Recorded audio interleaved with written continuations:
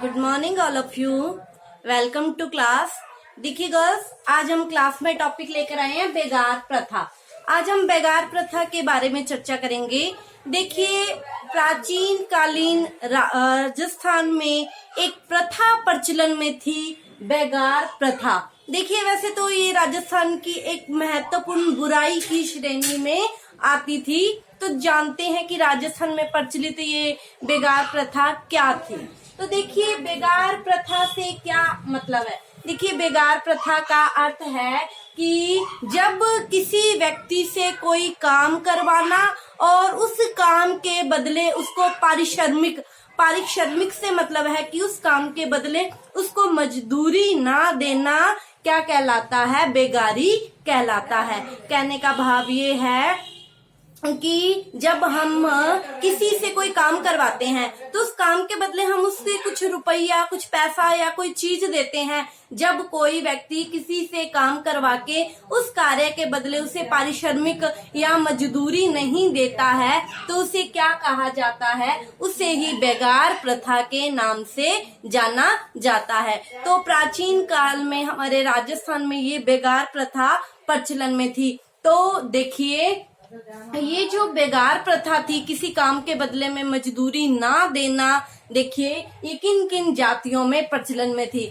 आप सब लोग जानते हैं कि प्राचीन काल में हमारे समाज में 4 वर्ण थे, ब्राह्मण, क्षत्रिय, वैश्य, राजपूत। ठीक है, उसके बाद ये क्या हो गए, कई जातियों में संगठित हो गए। तो राजस्थान की जो उच्च जातियां थी, जिसमें ब्राह्मणों का क्या था, समाज में सर्वश्रेष्ठ स्थान था। और ये जो जातियां हैं, ये इन्हीं ब्राह्मणों के द्वारा ही अपने आप को ऊंचा बनाने के लिए, समाज में अपने आप को प्रतिष्ठित करने के लिए इन्हीं ब्राह्मणों के द्वारा बनाई गई थी। अतः ब्राह्मणों का समाज में ऊंचा स्थान था। अतः इन ब्राह्मणों को किसी भी प्रकार की कोई बेगार इन ब्राह्मणों से नहीं ली जाती थी। दूसरा था राजपूत जो क्या थे, प्राचीन काल में राजस्थान के जो शासक थे वो राजपूतों के नाम से जाने जाते थे। तो इन राजपूतों से भी किसी तरह की कोई बेगार नहीं ली जाती थी। इसके अलावा जो चारण भाट थे, इन जातियों से भी किसी तरह की कोई भी बेगार नहीं ली जाती थी। ठीक है, तो राजस्थान में क्या था कि जो राजकीय भूमि थी, सरकारी भूमि थी, जिस भूमि पर राज्य का अधिकार होता था, उनमें जो लोग काम करते थे उन्हें उन काम की एवज में कुछ भी नहीं दिया जाता था। देखिए, इस भूमि को क्या कहते थे, खालसा भूमि। अर्थात खालसा भूमि में काम करने वाले व्यक्तियों को किसी भी तरह का पारिश्रमिक नहीं दिया जाता था। इसके अलावा जो जागीरदार राजा से भूमि प्राप्त कर लेते थे, उन जागीरदारों की भूमि पर जो कार्य किया जाता था उस पे भी किसी भी तरह की कोई भी पारिश्रमिक नहीं मिलता था। और पहले तो ये देखिए, राजा को जो लोग बेगार देते थे या उनके खेतों में काम करते थे, जागीरदारों के खेतों में काम करते थे, पहले क्या थे, अपनी स्वेच्छा से करते थे, अपनी मर्जी से करते थे। ठीक है, क्यों? क्योंकि ये देखिए, ये था कि संकट आने पर राजा क्या है, उनकी मदद करता था। तो ये भी क्या करते थे, अपना फर्ज और अपना कर्तव्य समझकर राजा को बेगार देते थे। लेकिन बाद में इसे, ये तो स्वेच्छा से देते थे, लेकिन बाद में इस बेगार को क्या कर दिया था, निश्चित कर दिया था, जरूरी कर दिया था। और सब लोगों से, अन्य कई जातियां थी जिनके बारे में हम आगे चर्चा करेंगे, इन्हें किसी भी तरह की किसी भी कार्य तो करवाए जाते थे, लेकिन इन्हें किसी भी तरह की कोई भी बेगार नहीं दी जाती थी। तो आइए आगे हम चर्चा करते हैं इस टॉपिक पे, बेगारी करने वाली या बेगार करने वाली जातियों के बारे में। जिन जातियों को किसी भी तरह का किसी भी तरह का पारिश्रमिक नहीं दिया जाता था।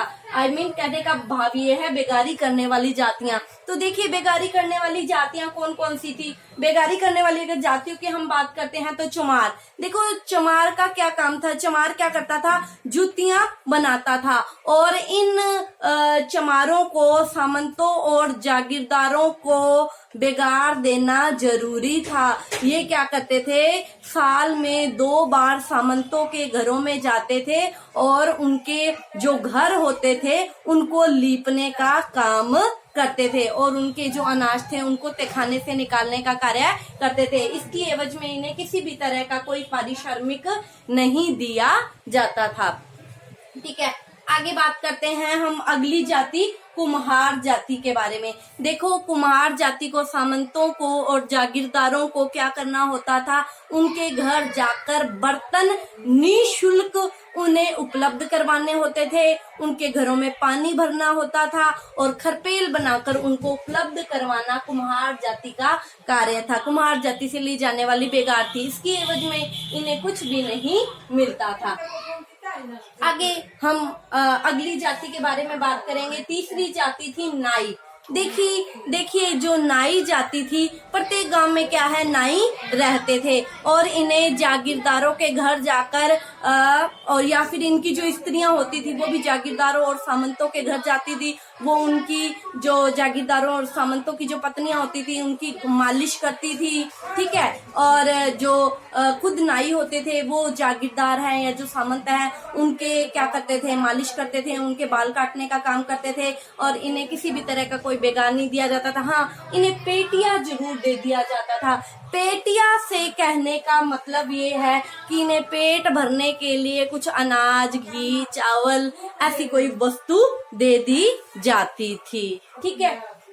अब देखिए हम बात करते हैं अगली जाति माली जाति के बारे में बात करते हैं। तो देखिए जो माली थे उनका कार्य क्या था, सब्जियां उगाना और जागीरदारों को फूल सब्जियां बिना किसी पारिश्रमिक के उनके घर पहुंचाकर आना माली जाति का से ली जाने वाली बेगार थी, ठीक है। अब हम बात करते हैं अगली जाति बढ़ई जाति के बारे में, जिसको सुथार के नाम से भी जाना जाता है। आजकल किस नाम से जाना जाता है, सुथार, ठीक है। तो देखिए जो बढ़ई होते थे उनका काम क्या होता था, लकड़ी काटना और राजमहलों में और जागीरदारों के घर में लकड़ी पहुंचाना और महल में जाकर चारपाई बनाना और या फिर बनाकर अपने घरों में बनाकर और राजमहल में जागीरदारों के घर बिना किसी बेगार के पहुंचाना बढ़ई जाति से ली जाने वाली बेगार थी, ठीक है। अब हम बात करेंगे अगली जाति सरगारा जाति के बारे में। देखिए सरगारा जाति का क्या कार्य था कि जो राजा लोग होते थे, राजाओं के पास सेना होती थी, अश्व सेना होती थी, घोड़े वाली सेना होती थी। तो इनका कार्य क्या था, घोड़ों की देखभाल करना और घोड़ों के लिए चारा लाना। ये सरगारा जाति से ली जाने वाली बेगार थी, जिसकी एवज में इस सरगारा जाति को कुछ भी नहीं मिलता था। अब देखिए हम अगली जाति के बारे में बात करेंगे। अगली जाति थी दर्जी जाति, ठीक है। तो जो दर्जी थे, जैसे कि नाम से स्पष्ट हो रहा है, दर्जी का कार्य क्या होता है, वस्त्र सिलना, अतः जागीरदारों के वस्त्रों को फ्री में सिलना और हर हफ्ते उनके घर जाकर या राजाओं के महलों में जाकर वहां उनके कपड़ों की सिलाई करनी दर्जियों से ली जाने वाली बेगार थी। अब हम अगली जाति के बारे में बात करेंगे।